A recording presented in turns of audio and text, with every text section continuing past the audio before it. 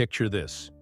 You're standing in a vast library at midnight, surrounded by the whispers of history's greatest minds. In one corner, Nietzsche paces restlessly, his eyes burning with the fire of individual will.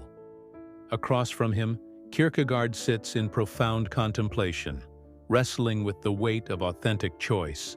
And there, in the shadows, Sartre's smoke curling around his thoughts, as he considers the burden and beauty of human freedom. What brings these giants together tonight?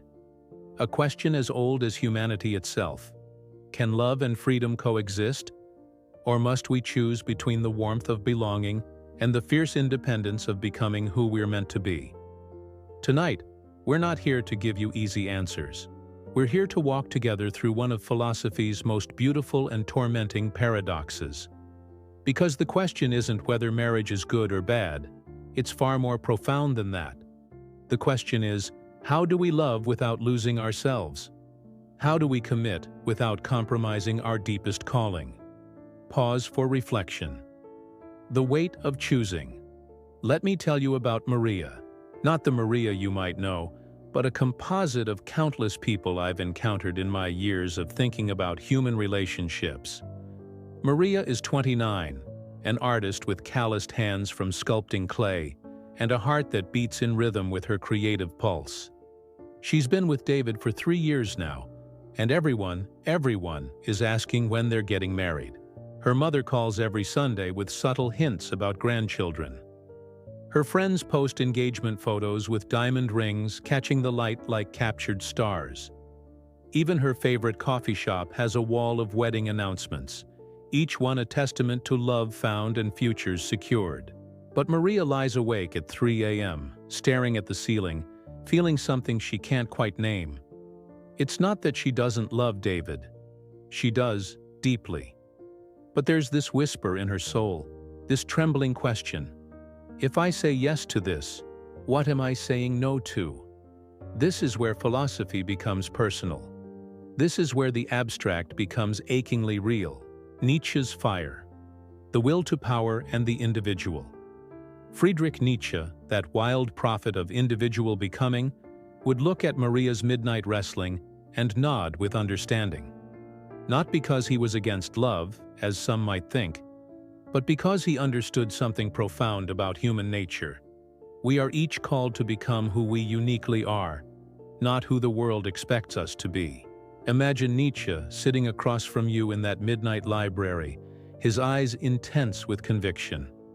He leans forward and speaks in that voice that seems to carry the weight of mountains. My friend, listen carefully. Society will offer you 1,000 roles to play: husband, wife, provider, caretaker. But it will rarely ask you this. Who are you when all the roles are stripped away? He wasn't railing against marriage out of bitterness or misanthropy. He was pointing to something deeper, the dangerous beauty of becoming yourself. When he wrote about the will to power, he wasn't talking about dominating others. He was talking about the power to create yourself, to sculpt your soul like Maria sculpts her clay. Think of a river for a moment. A river's power isn't in its ability to destroy, though it can. Its power is in its relentless movement toward its destined sea. It carves canyons and nourishes valleys not out of malice, but out of its essential nature to flow. Nietzsche believed each of us carries a similar force, not destructive but creative. The force to become authentically ourselves. And here's where the paradox begins. Can this river of becoming flow freely within the banks of commitment? Or does it require the open landscape of solitude? Gentle transition. Let me share a story that haunts me. I once knew a man, let's call him Thomas, who was a gifted musician. Not famous, but gifted in that rare way that makes strangers stop walking when they hear him play. He met Sarah at a small venue where he performed, and their love was immediate and overwhelming. Within a year, they were married. Sarah, loving and well-meaning, worried about Thomas's uncertain income from music. Maybe, she suggested gently, you could teach music during the day and play at night?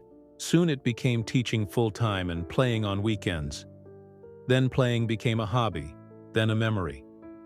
Thomas isn't unhappy exactly. He loves Sarah, adores their children, finds meaning in providing for his family. But sometimes, in quiet moments, I see him touch the piano keys with the reverence of someone visiting a grave. Nietzsche would weep for Thomas. Not because Thomas chose love over art, but because he believed Thomas faced a false choice. The tragedy isn't that Thomas loved Sarah. It's that neither of them knew how to create a marriage that nourished his becoming instead of consuming it. The existentialist question: bad faith or authentic choice? This brings us to Jean-Paul Sartre, that brilliant architect of existentialism, sitting in our imaginary library with coffee growing cold as he contemplates the human condition. Sartre would look at Thomas' story and see what he called bad faith. Not a moral failing, but a philosophical one. Bad faith, in Sartre's understanding, is the lie we tell ourselves to escape the overwhelming weight of our freedom. We pretend we don't have choices when we do. We say, "I have to," when we mean, "I choose to." We blame circumstances, society, even love itself, for decisions that are ultimately ours. But here's where Sartre becomes deeply compassionate rather than merely critical. He understood that freedom is terrifying. When you truly grasp that you are condemned to be free, that every moment presents you with choices, that every choice creates who you become, it can feel overwhelming. Marriage, from this perspective, can become either an escape from freedom or an expression of it. The difference lies not in the institution itself, but in how and why we approach it. Let me tell you about Elena and Marcus. They met in their 30s, both established in their careers, both having done the hard work of understanding themselves as individuals. When they decided to marry, it wasn't because they needed each other to complete themselves. They were already complete. It was because they chose to create something together that neither could create alone. Elena continued her research in astrophysics. Marcus pursued his passion for sustainable architecture. But together they also created something new. A partnership that amplified their individual freedoms rather than constraining them.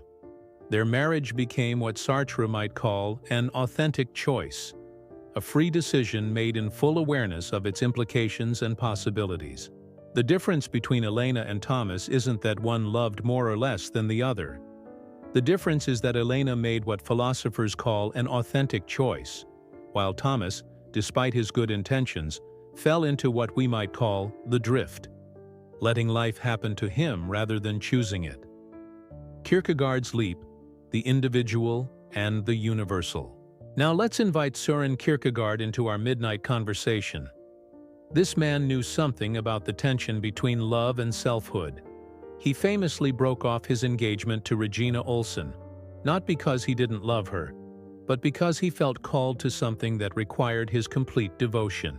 Kierkegaard would sit quietly for a long moment before speaking, his voice carrying the weight of lived experience. The question isn't whether to love or not to love. The question is whether you can love authentically while remaining true to your deepest calling. For Kierkegaard, there were 3 stages of human existence. The aesthetic stage, where we live for pleasure and immediate gratification. The ethical stage, where we live according to universal moral principles, including the principle that good people get married, have families, and contribute to society. And finally, the religious stage, where we live in authentic relationship with our deepest truth, even when that truth conflicts with universal expectations. Kierkegaard's insight was revolutionary. Sometimes, being true to yourself requires you to stand apart from what everyone else considers right and good. Not out of rebellion, but out of faithfulness to something higher.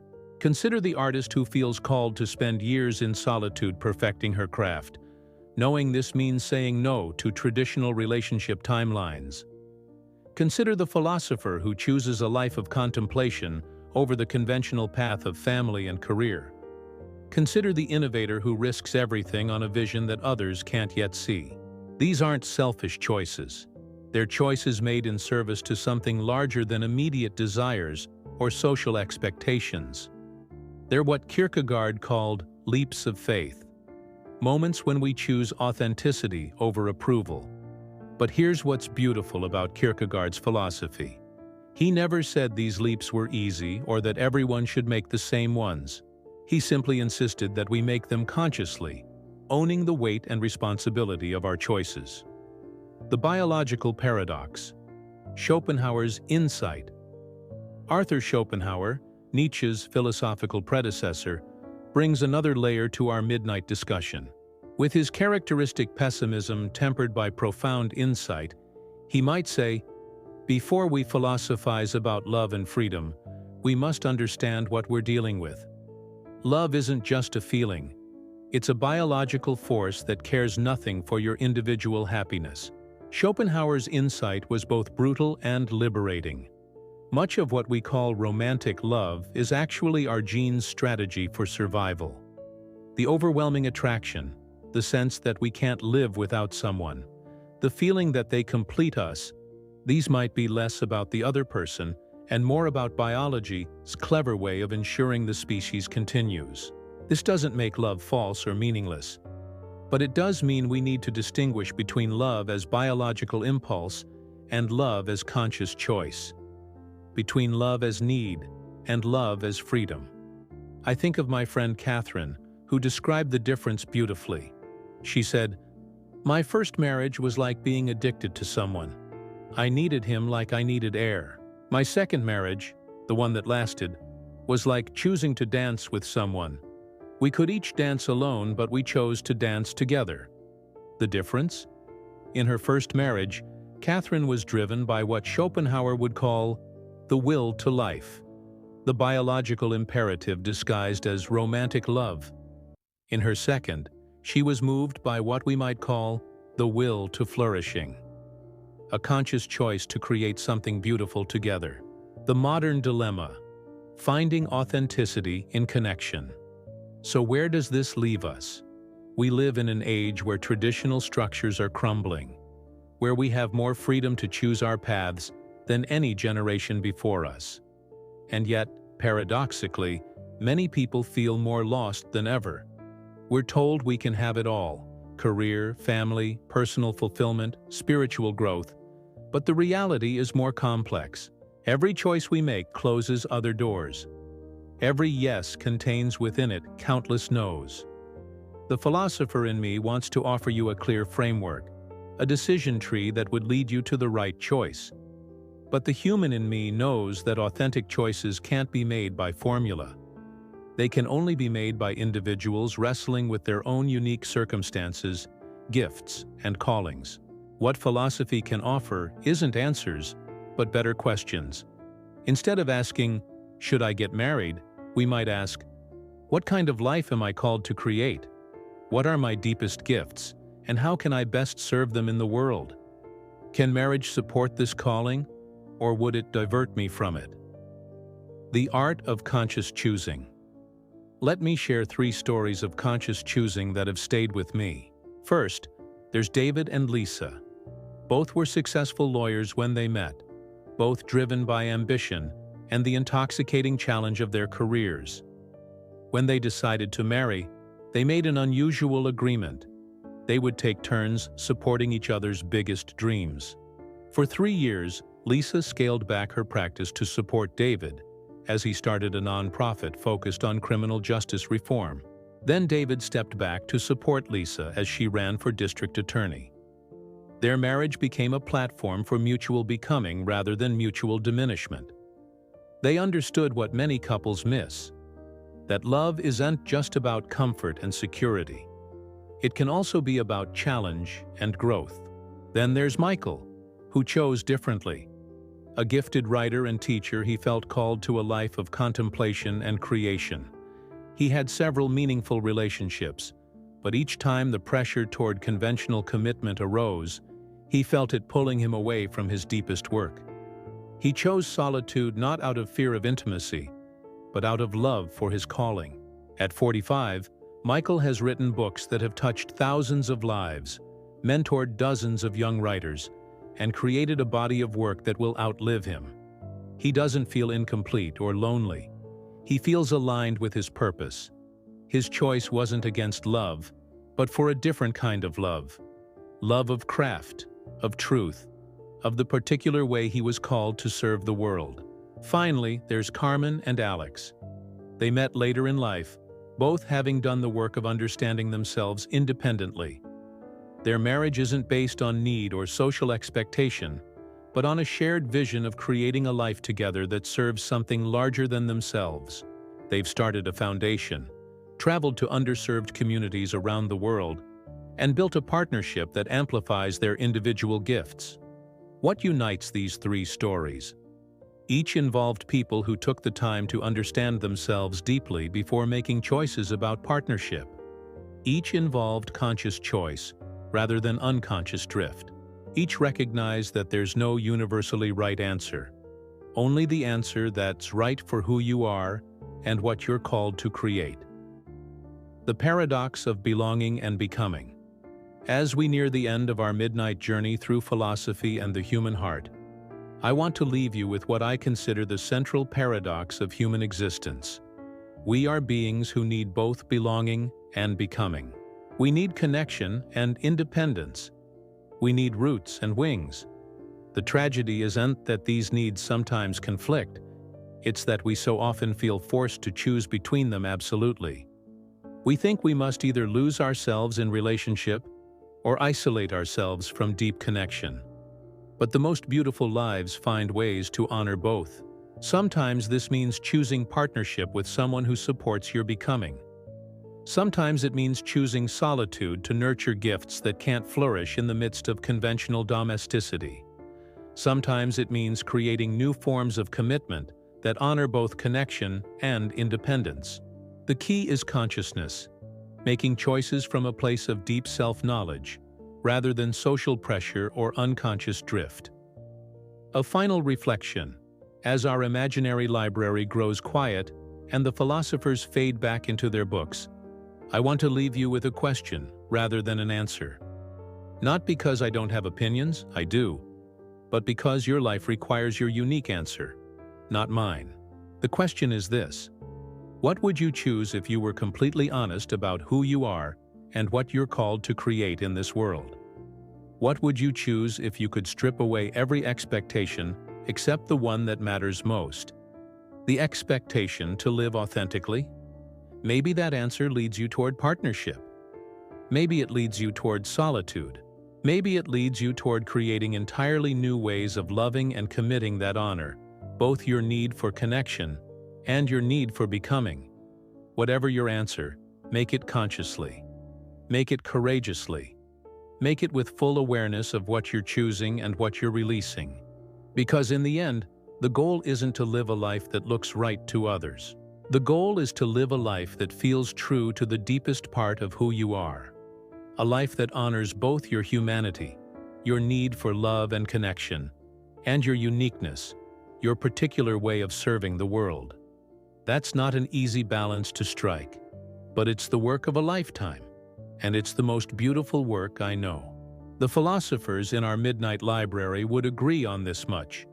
Whatever you choose, choose it fully. Choose it consciously. Choose it in service to your highest calling, and then have the courage to live with the consequences of your choice. Not with regret or resentment, but with the deep satisfaction that comes from knowing you chose authentically. The paradox of love and freedom doesn't resolve into a neat conclusion. It lives on in every human heart that dares to love deeply while remaining true to itself. In every person who chooses consciousness over convention.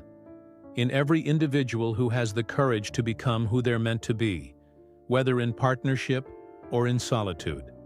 That's not a problem to be solved. It's a tension to be lived creatively, consciously, and courageously. Soft, contemplative close. The library grows quiet now. The philosophers return to their eternal conversations, but the questions they've raised linger in the air like incense, sacred and challenging and beautiful. What will you choose? How will you live the tension between belonging and becoming? How will you honor both your need for love and your call to authentic selfhood? These questions have no easy answers, but they have your answer. And that's where the real philosophy begins. Not in the books, but in the living of a conscious life.